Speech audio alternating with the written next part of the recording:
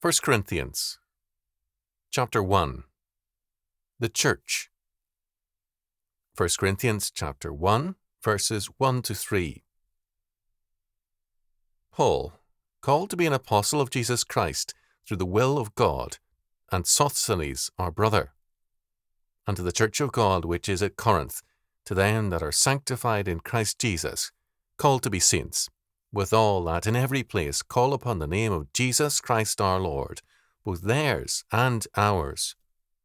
Grace be unto you, and peace from God our Father, and from the Lord Jesus Christ. St. Paul identifies himself in verse 1 as Paul, called to be an apostle of Jesus Christ. The word apostle, the Greek apostolos, is very important. It means an envoy with powers to represent whoever sent him. In non-Christian use, it could mean, as with a cynic teacher, one sent by Zeus, so it could mark divine authorization, or at least a claim to it. Later on, Gnostic teachers used the word to claim that they were the mediators of a divine revelation. Paul identifies himself as an apostle or envoy of Jesus Christ, or Jesus the Messiah. In 1 Timothy chapter 6, verse 15, Paul declares Jesus, the blessed and only potentate, the King of kings and Lord of lords.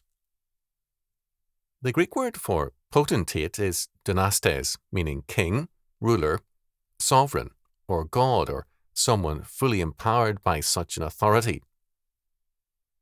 In 1 Timothy chapter 6, verse 15, it clearly means God.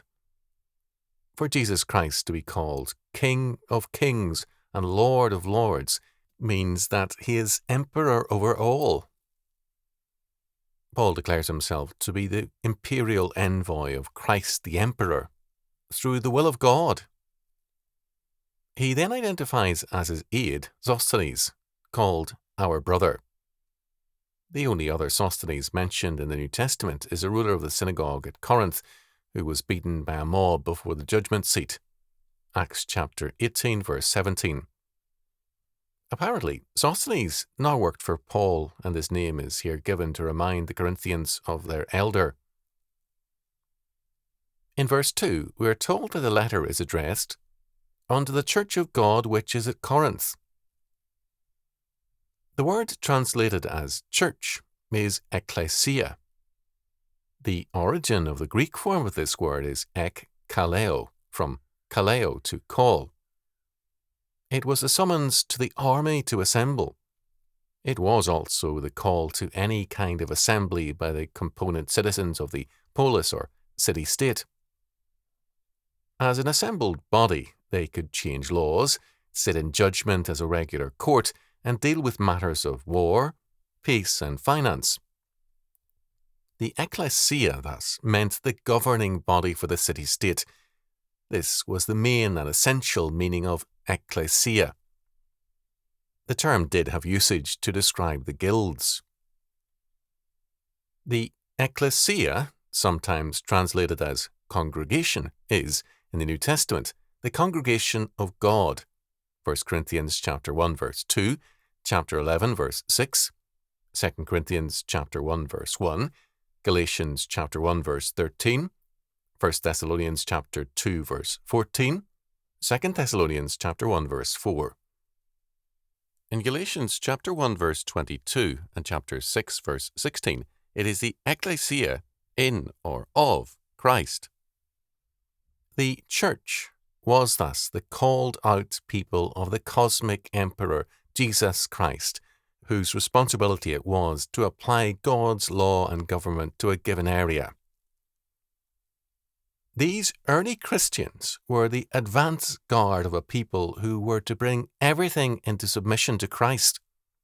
This was to be done by conversion, not coercion. The church at Corinth had the responsibility to begin the conversion of all the peoples, families, institutions, arts, sciences, agencies, and all things else to Jesus Christ.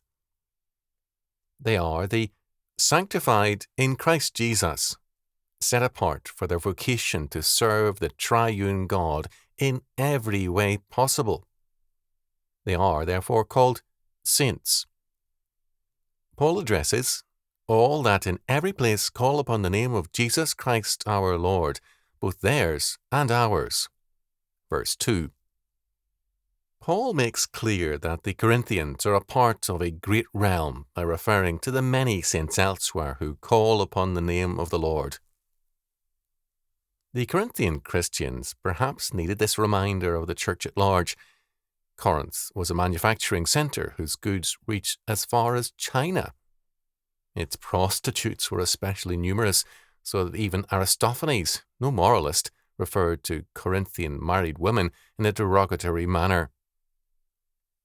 To the Corinthian church, Paul declares, "Grace be unto you and peace from God our Father and from the Lord Jesus Christ." Verse 3. Because Paul must soon begin a strong condemnation of the sins of the Corinthian church, he is emphatic in pronouncing this benediction on whatever faithfulness there is in Corinth. Paul could have included other men besides Sosthenes in this greeting. Verse 1, but he mentions him alone. Paul wrote the letter, but it is also from Sosthenes. This is clearly worthy of note. Paul is about to speak bluntly and emotionally about the problems within the Corinthian church. To have the authority of Sosthenes is thus important. Sosthenes had been earlier a ruler in the synagogue, and this would certainly have made him a leader in the church there. For Sosthenes to join himself fully with Paul in the rebuke of the Corinthian church was important. The angry reaction of some led to anger at Paul, but could they disregard Paul's judgment without considerable offence to Sosthenes and his circle of influence?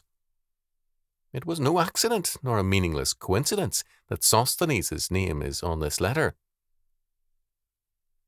On top of that, Paul reminds them that he is an apostle, not of a small handful of Christian leaders in Jerusalem, but of Christ the King, the imperial Lord over all creation. If one believed in Jesus as the Christ, as these converts did, then, as the Messiah, he was not only their Saviour, but also universal Lord and Judge. Later in verses 12 and 13, Paul condemns limited and factional loyalties, that is, to Paul, Apollos, or to others. Jesus Christ cannot be fractionalized. It is one faith and one Lord. He is the fully accredited apostle thereof, and he intends to use his authority to restore moral order. Paul had not only the lawless Corinthians to face in Corinth, but friends as well. It was with Priscilla and Aquila, a wealthy couple, that he had first stayed in Corinth. Acts chapter 18, verses 1 and 2. Add Sosthenes to them, and it is clear that, despite the antinomian stance of others, Paul had some who would stand firm. The church could not hope in time to rule the world if it could not rule itself.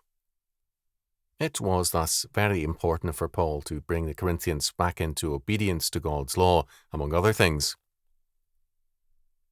In seeing a continuing meaning of ecclesia from ancient Greece into Christianity, are we in error? Rome did not abolish the Greek ruling councils, but retained them. The only change Rome made was in the spelling. Ecclesia with 2 C's instead of 2 K's.